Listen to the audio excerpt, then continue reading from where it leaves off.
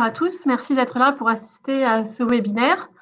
Donc, je suis ici pour vous présenter Antineo, qui est une société de services spécialisée en oncologie préclinique. On fait du préclinique sur rongeurs et nous ne faisons que de l'oncologie. Antineo est basé à Lyon, à la faculté de médecine Rockefeller. Chez Antineo, je suis directrice d'études, mais également responsable du développement commercial. Et j'ai d'autres activités annexes également, comme dans toute petite société. Donc, comme Johan l'a indiqué, nous sommes spécialisés en oncologie préclinique et nous réalisons des études de type preuve de concept, in vitro, ex vivo ou in vivo. Pour vous présenter donc Antineo, la société existe depuis 5 ans. Et c'est en fait une spin-off d'une activité qui était réalisée auparavant dans l'équipe anticorps anti-cancer dirigée par le professeur Charles Dumontet au Centre de recherche en cancérologie de Lyon. Depuis sa création il y a 5 ans, Antineo a eu une trentaine de clients récurrents, ce qui représente plus d'une centaine de projets menés à bien. Et nous réalisons sur les 2 dernières années 30% de notre chiffre d'affaires à l'export, notamment en Suisse et aux États-Unis. Au cours des 5 ans de sa vie, Antineo a vu son chiffre d'affaires croître régulièrement et nous avons été en mesure d'embaucher une personne par an. Donc nous sommes actuellement 6 personnes chez Antineo. Nous avons l'agrément CIR, qui est indispensable pour une CRO française, qui vient d'être renouvelé pour 2020 à 2023. Nous avons accueilli pendant nos 5 ans de vie 2 étudiantes en thèse CIFRE, l'une qui a terminé sa thèse en 2018, l'autre qui a commencé sa thèse en 2018. Nos étudiantes CIFRE sont focalisées sur le développement et surtout la caractérisation des modèles originaux tumoraux que je vous présenterai dans la suite de ma présentation. Nous avons une grosse expertise de par l'expérience du personnel d'Antineo, mais également grâce à notre consultant scientifique, qui est Charles Dumontet, qui est donc le fondateur scientifique d'Antineo, qui est médecin hématologue et qui a une très bonne connaissance de la clinique et à qui on fait appel quand nos clients ont besoin de conseils sur le positionnement d'un composé par rapport à l'indication thérapeutique, par exemple. Nous pouvons également faire appel à notre conseil scientifique qui est composé d'experts en oncologie, en ostéosarcome ou dans les cancers féminins. On a également un pharmacologue dans notre conseil scientifique. Chez Antineo, nous avons 4 ingénieurs qui sont responsables de la mise en œuvre des études. Il y a 2 personnes avec des diplômes PhD. Charles Detaine, qui est le président d'Antineo, qui a également un MBA, et moi-même, qui suis donc directrice d'études. Et à nous tous, à nous 6, nous représentons plus de 20 ans d'expérience en oncologie préclinique. Nous avons une capacité d'accueil d'animalerie de 2000 souris. Et nous avons une banque de plus d'une centaine de modèles tumoraux humains de type CDX, donc des lignées cellulaires, et également une trentaine de tumeurs murines, donc de modèles syngéniques. Il faut savoir que il y a quelques années, avant l'avènement de l'immuno-oncologie, les modèles syngéniques étaient un peu tombés en désuétude chez les sociétés de services, mais grâce à notre implantation et à notre côté spin-off de l'académique, c'est un savoir-faire que nous avons gardé. C'est pour ça que nous avons une très belle banque de modèles syngéniques que nous valorisons beaucoup pour ce qui relève de l'immuno-oncologie avec les traitements anti-PD1, PD-L1 et combinaisons. Voilà, c'est pour vous présenter le contexte d'Antineo. Maintenant, qu'est-ce qu'on fait? Alors, on fournit du service et de l'expertise en fonction des besoins de nos clients.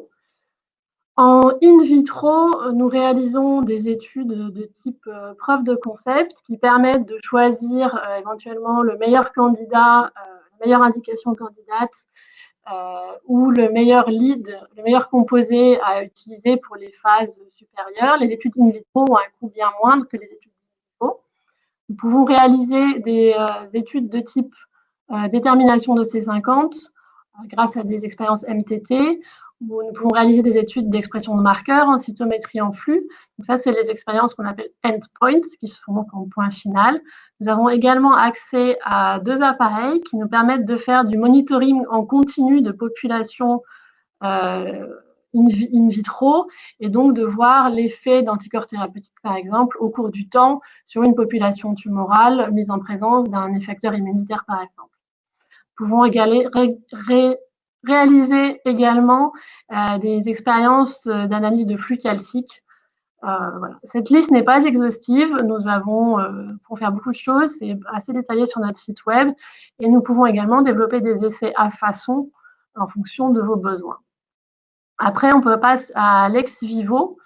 Nous pouvons réaliser des expériences sur des effecteurs sanguins humains ou murins, notamment des expériences d'activation, prolifération ou cytotoxicité de cellules T en présence ou non de cellules tumorales, des expériences d'ADCC, de CDC ou d'ADCP pour ce qui est des anticorps thérapeutiques qui ont ce type d'effet.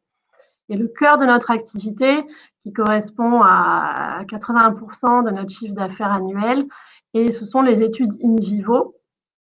Nous avons donc 150 modèles, un tiers syngénique, 2 tiers humains, qui sont représentatifs d'une vingtaine d'indications en oncologie. Il y a très peu d'indications qu'on ne couvre pas par nos modèles. Nous avons accès à des composés de référence. Grâce à notre localisation, on peut commander les composés utilisés en clinique au centre Léon Bérard et les utiliser comme composés de référence en combinaison ou en comparaison des thérapeutiques développées par nos clients. Nous avons des modèles de tumeurs originaux, dont je parlerai juste après. Donc, in vivo, nous travaillons principalement sur la souris. Nous pouvons travailler sur des souris immunodéprimées, SCID, CB17, NOG et NUD, sur des souris immunocompétentes, les classiques, C57 Black 6, BALB-C, C3H, B6D2F1. Et dans la deuxième moitié de l'année, nous comptons commencer à travailler avec des souris humanisées, mais que nous n'humaniserons pas nous-mêmes. C'est un développement que nous faisons à la demande de certains de nos clients. Donc, chez les souris, on peut réaliser des études de toxicité aussi, des études de pharmacocinétique ou de toxicité chez le rat. Donc, pour l'APK, on réalise les traitements et les prélèvements, mais généralement, le client sous-traite à une société spécialisée potentiellement membre de l'AFSI, l'analyse de la présence du composé dans le sang des animaux. Et donc, nous sommes une société qui ne faisons que des expériences non réglementaires. Voilà, c'est pour l'in vivo. Et aujourd'hui, j'ai souhaité me focaliser sur une expertise particulière qui est le développement de modèles tumoraux originaux. La première partie concerne les résistances acquises aux immunothérapies.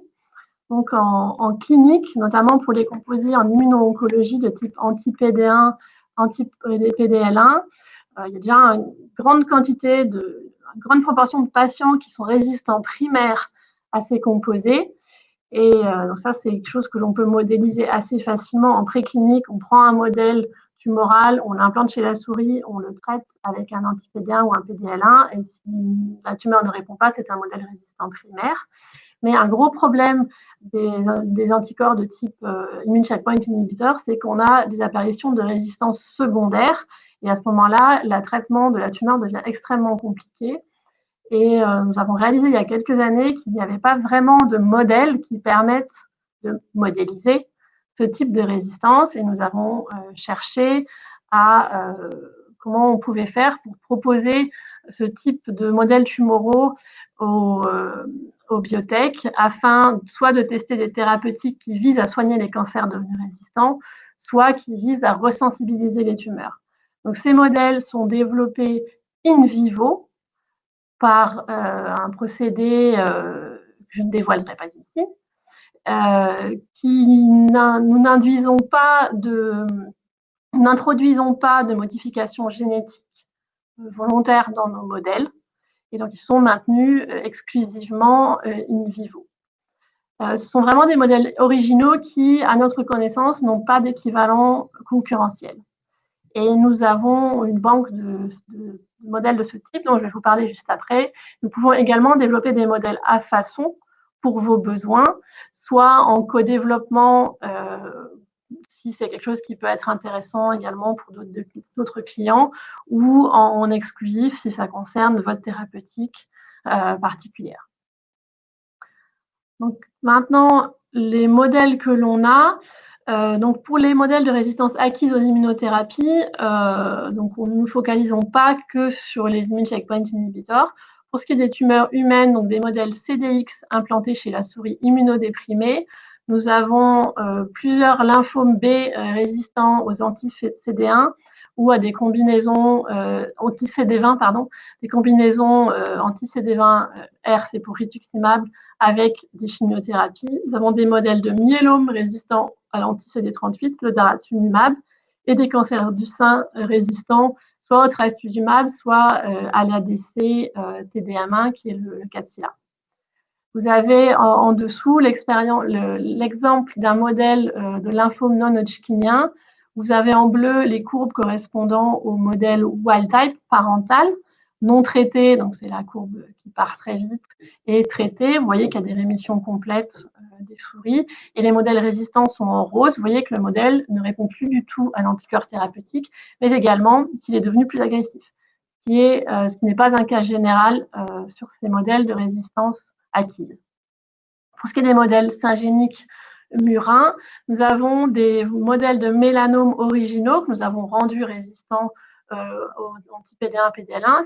Ce sont vraiment des modèles originaux. Ce n'est pas le B16F10, qui est le modèle mélanome classique en syngénique.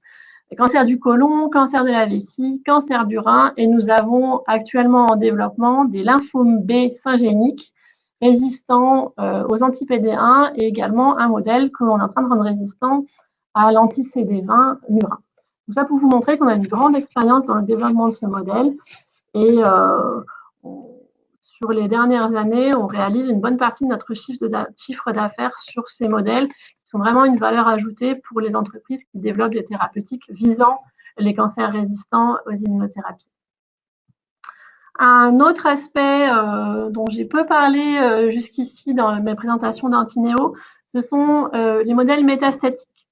On a voulu développer, on a commencé avec un modèle de cancer du sein, un modèle qui est un vrai modèle métastatique. Ce que j'entends par là, c'est que c'est un modèle qui est physiologique, c'est un modèle du sein triple négatif que l'on implante en orthotopique chez la souris dans la glande mammaire. Une fois que la tumeur a prise, on fait une résection de la glande mammaire et au bout de quelques mois, on observe des métastases.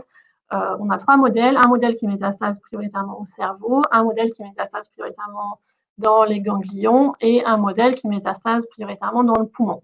Ce sont vraiment des modèles, des vrais modèles métastatiques qui vous permettent de tester le potentiel antimétastatique de vos composés. Voilà, ça c'est pour vous expliquer qu'en plus des études de preuve de concept sur des modèles classiques, Antinéo a vraiment une volonté de proposer des modèles originaux qu'on développe grâce à notre R&D interne pour répondre à des problématiques auxquelles les modèles standards ne répondent pas forcément.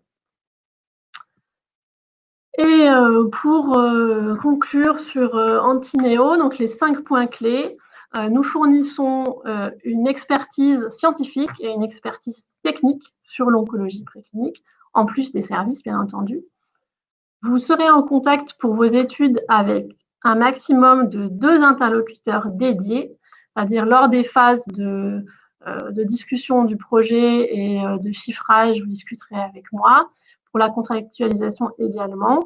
Et une fois que le contrat est signé, je vous mets en contact avec un manager, une manager d'études dédiée qui est en charge de la mise en œuvre de votre étude, de la rédaction du protocole.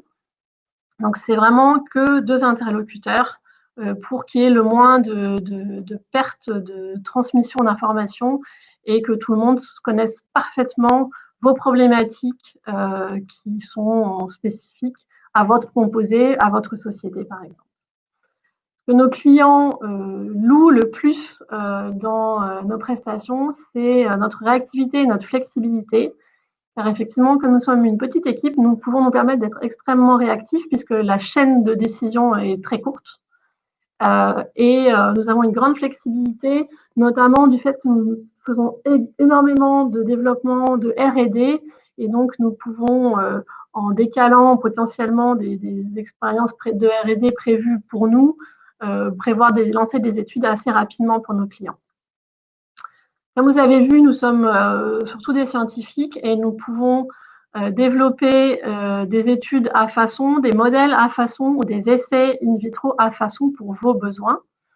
Et on a donc cette banque de modèles originaux, des résistances acquises, des modèles métastatiques, également des modèles implantés en orthotopique. On a beaucoup de R&D en cours pour pouvoir répondre aux besoins de l'écosystème des biotech en oncologie. Voilà, je pense que j'ai fait le tour et maintenant je serai ravie de répondre à vos questions. Merci beaucoup Elsa, merci pour cette présentation. Alors effectivement, vous avez également la parole. N'hésitez pas à poser vos questions par écrit, en bas à droite de votre écran, par le module chat principal ou de préférence par le module questions-réponses qui est notifié par un petit point d'interrogation, toujours en bas à droite de votre écran. Alors, merci Elsa. En attendant peut-être les premières questions de nos participants, est-ce que tu pourrais peut-être nous dire quels sont les délais de mise en œuvre des études menées par Antineo? Alors, sur des études, là, on parle plutôt des études in vivo, qui sont généralement les plus longues à mettre en œuvre. Il faut savoir que nous, comme on a une capacité d'hébergement qui est quand même assez conséquente, on a quasiment toujours des souris en stock, qui sont quand même dans le range d'âge que l'on utilise pour les études en oncologie. Et donc, on peut généralement, pour des études, on va dire de moins de 40 animaux, s'affranchir de l'étape de commande des animaux, qui réduit déjà de commande plus acclimatation, on réduit déjà de 2 semaines le délai de l'étude. Et comme je disais en conclusion, on a, si un client a une étude extrêmement pressée sur un modèle qu'on maîtrise bien, on sait comment il pousse, in vitro et in vivo, on peut rapidement mettre en œuvre entre la signature du contrat et le début de l'étude, on est généralement à maximum 1 mois pour des études en dessous de 60 souris. Quand on passe à plus que 60 souris, il faut un peu plus de planification puisqu'il faut pouvoir le caser dans notre plan de charge. Voilà. D'accord, super, merci à toi. On a une question d'Olivier Leget. Bonjour Olivier, donc oui, tox réglementaire, non, on tous, donc Antineo est vraiment une structure recherche. Nous n'avons pas d'accréditation BPL ou ISO. Voilà, c'était vraiment pour indiquer que tout ce qu'on fait est strictement non réglementaire, que ça soit souris, que ça soit rat ou que ça soit in vitro.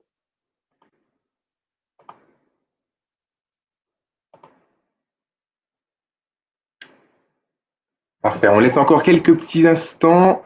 Alors, Olivier réagit, je voulais écrire non réglementaire, donc souris et rat. Oui, donc sur le rat, on peut faire de la PK et de la tox non réglementaire. Sur la souris, on peut actuellement faire de la tox, également de la PK et de l'efficacité antitumorale. Mais on peut tout à fait, moyennant l'écriture d'un protocole au comité d'éthique, faire également de l'oncologie chez le rat. C'est quelque chose qu'on envisage de pouvoir accueillir des rats immunodéprimés pour éventuellement pouvoir implanter certains de nos modèles CDX sur le rat immunodéprimé, qui permet notamment pour des composés qui sont fortement toxiques de faire des injections sur des veines qui sont plus simples que sur la queue de la souris, ou sur des composés toxiques, on peut avoir des nécroses. Pour la NAPAT, donc nous, on réalise tout ce qui est prélèvement des tumeurs et des organes, fixation, et nous sous-traitons la partie inclusion en paraffine, coupe, et éventuellement l'analyse de NAPAT, puisque nous n'avons pas les capacités de le faire en interne.